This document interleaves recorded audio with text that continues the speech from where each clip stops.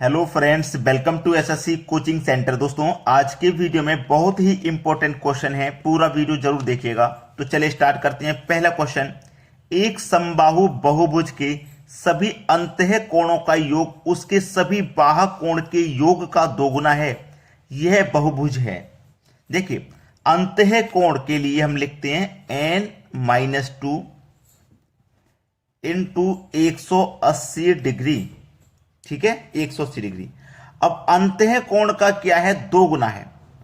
सभी बाह्य कोणों के योग का दो गुना है, उसने ये बोला है।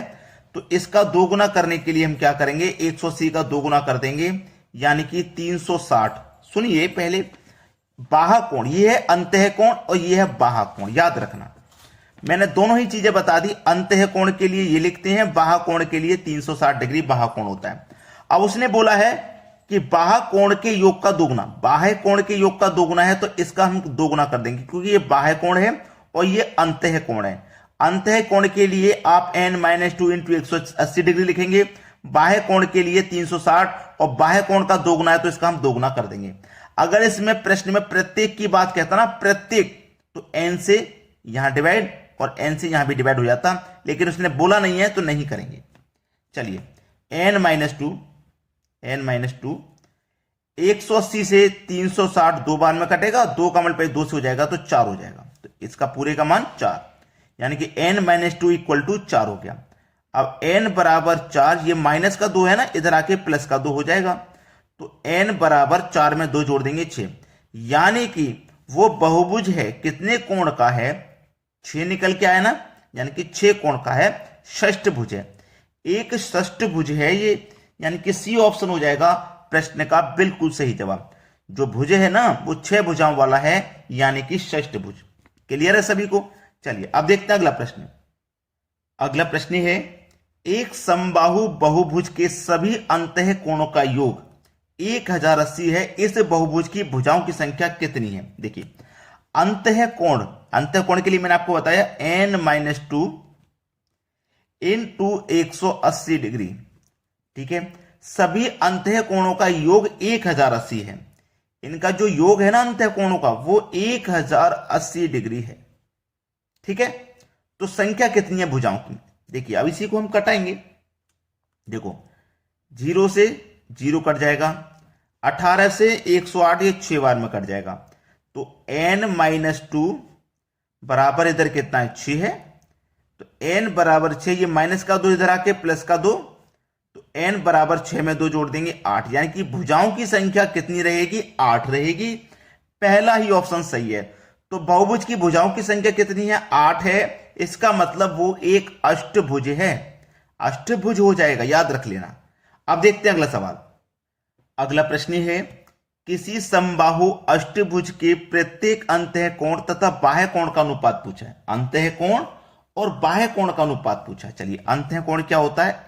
n-2 इंटू 180 डिग्री, और बाह्य कोण क्या होता है? 360 डिग्री। ठीक है, यही तो होता है।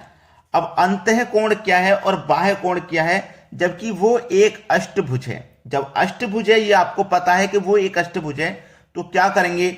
बाह्य कोण में अष्टभुज है ना, तो 8 से डिवाइड कर देंगे। 8 से डिवाइड करूंगा, 8 चौक 32, 4 बचेगा 40, 8 पंजे 40, 45 निकल के आ गया। बाह्य कोण 45 निकल के आ गया ना। चलिए, बाह्य कोण हमारा 45 काटने के बाद 8 से, तो अंतः कोण निकाल लो। अब अंतः कोण तो ये हमारा है ही, अंतः कोण है, अंतः कोण निकाल लो। अंतः कोण बराबर, ठीक है, 180 डिग्री, उसमें से माइनस कितना कर देंगे? 45।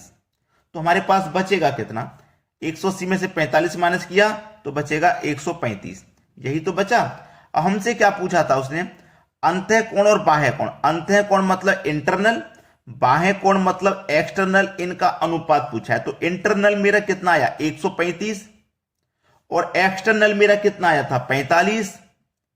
इसी को हम अनुपात में बदलेंगे, यानी कि कटा देंगे। तो 45 से ये एक बार में कट जाएगा, और 45 से 135 3 बार में कट जाएगा, यानी कि 3:1 हो जाएगा। 3:1 किस ऑप्शन में है? D option. डी ऑप्शन प्रश्न का बिल्कुल सही जवाब है। अब देखते हैं अगला सवाल। अगला प्रश्न है, एक षष्ठभुज में कितने विकर्ण होते हैं? विकर्ण की संख्या निकालने के लिए विकर्ण की संख्या कैसे निकालते हैं भाई? विकर्ण की संख्या बराबर n into n minus 3 divided by 2। अब देखो n हमारा कितना है? n का मान है षष्ठभुज यानी कि 6 भुजाओं वाला है, ठीक है, इंटू n हमारा 6 भुजाओं वाला, 6 में से माइनस कर देंगे 3 तो 3 बचेगा, डिवाइड में 2, 2 से कटा दो 3 बार में, 3 त्रिका 9 हो जाएगा। यानी कि विकर्ण की संख्या कितनी हो जाएंगी? 9 हो जाएंगी। यही हो जाएगा प्रश्न का सही जवाब 9, जो कि सी ऑप्शन में दिया गया है। आसानी से समझ में आ रहा है सभी को। अब देखते हैं अगला प्रश्न। अगला प्रश्न है एक डेकागन में कितने विकर्ण होती हैं? डेकागन, पहला क्वेश्चन हमने देखा इससे पहले तो वो तो 6 भुजाओं वाला था, षष्ठभुज था, लेकिन ये डेकागन कह दिया है। डेकागन का मतलब क्या है? डेकागन का मतलब है एक डेकागन, एक डेकागन का मतलब है 10 भुजाओं वाला, 10 भुज, ठीक है। अब इसमें विकर्ण की संख्या निकालनी है, तो विकर्ण की संख्या निकालना आसान है, पिछले क्वेश्चन में मैंने बताया है विकर्ण की संख्या निकालना। तो चलिए n into n minus 3 divided by 2, यही तो बताया था। अब n का मान 10 भुजाओं वाला है तो n का मान 10 हो जाएगा, इंटू 10, 10 में से माइनस कर दो 3 तो 7 हो जाएगा, डिवाइड में 2 है। अब 2 से 10 कटेगा 5 बार में, 5 का मल्टीप्लाई 7 से कर दो तो 5 7 35, तो विकर्ण की संख्या आपकी 35 हो जाएगी। आंसर हो गया भाई 35। किस ऑप्शन में है? सी ऑप्शन में 35 दिया गया है। यह आपके प्रश्न का बिल्कुल सही जवाब है। अब देखते हैं अगला प्रश्न। अगला प्रश्न है यदि एक समबाहु बहुभुज का प्रत्येक अंतः कोण इसकी बाह्य कोण का 11 गुना हो तो इस बहुभुज की भुजाओं की संख्या कितनी होगी? चलिए सबसे पहले लिखूंगा internal n minus 2 into 180 degree. मैंने आपको क्या बताया था? उसने अगर प्रत्येक की बात कह दी है तो प्रत्येक का मतलब n से आपको डिवाइड करना है, बराबर बाह्य कोण कितना है? 360 डिग्री, ठीक है, और बाह्य कोण का कितना है? 11 गुना, तो इसका हम 11 गुना कर देंगे, प्रत्येक के लिए n से डिवाइड।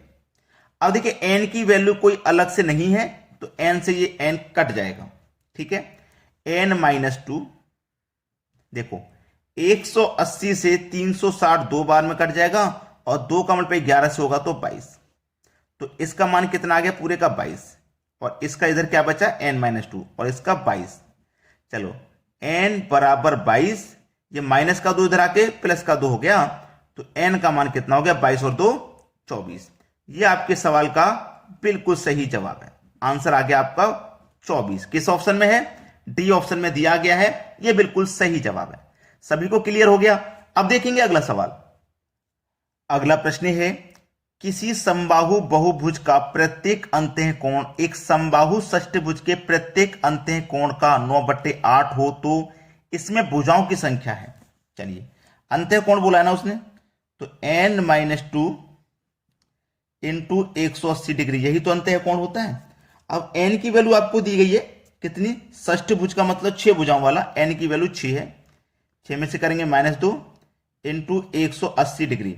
अब भूलना मत, मैंने आपको बताया था अगर वो प्रत्येक कह दे तो प्रत्येक का मतलब क्या होता है? बटे में n, और n का मान आपको दे रखा है षष्ठभुज मतलब 6, दे रखा है कि नहीं? बोला था मैंने आपको अगर प्रत्येक की बात कह दे तो बटे में n आता है, ठीक है।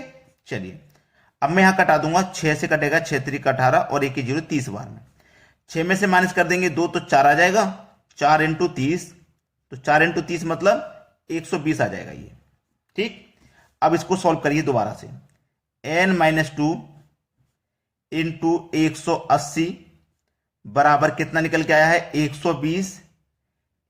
अंतः कोण का 9/8 है ना, 9/8 है, ये फिर से अंतः कोण का 9/8 है, तो ये हमने अंतः कोण पहले निकाल दिया था, इसका 9/8 है।